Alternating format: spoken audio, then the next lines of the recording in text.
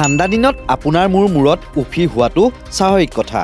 ঘৰতে প্ৰস্তুত কৰা উপকৰণেৰে উফিৰ পৰা পৰিত্ৰাণ পাব আপুনি। আহকচোন জানি লওঁ সেইবোৰনো কি। নাৰিকল তেল আৰু নেমু মিলাই চুলিত লগাওক। নাৰিকল তেলে মূৰৰ ছাল আৰ্দ্ৰ কৰি তোলে, আনহাতে নেমুৰ ৰসৰ এচিডিটিয়ে উফি সৃষ্টিকাৰী ভেঁকুৰৰ বিৰুদ্ধে যুঁজ দিয়াত সহায় কৰে। দ্বিতীয়তে আপুনি এল'ভেৰাও লগাব পাৰে।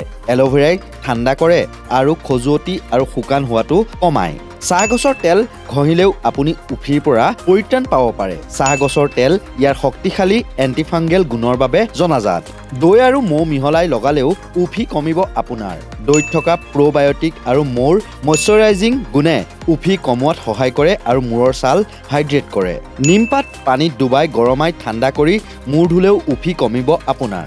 নেমুৰ ৰসো লগাব পাৰে আপুনি, কিয়নো নেমুৰ ৰসে মূৰৰ ছালৰ প্ৰাকৃতিক pH ভাৰসাম্য ঘূৰাই অনাত সহায় কৰে আৰু উফি হ্ৰাস কৰে। পিঁয়াজৰ ৰস যদি আপুনি লগায় তেন্তে ইয়াৰ এণ্টি বেক্টেৰিয়েল গুণে উফিৰ বিৰুদ্ধে যুঁজ দিয়াত সহায় কৰিব পাৰে আৰু মূৰৰ ছালৰ স্বাস্থ্য উন্নত কৰিব পাৰে।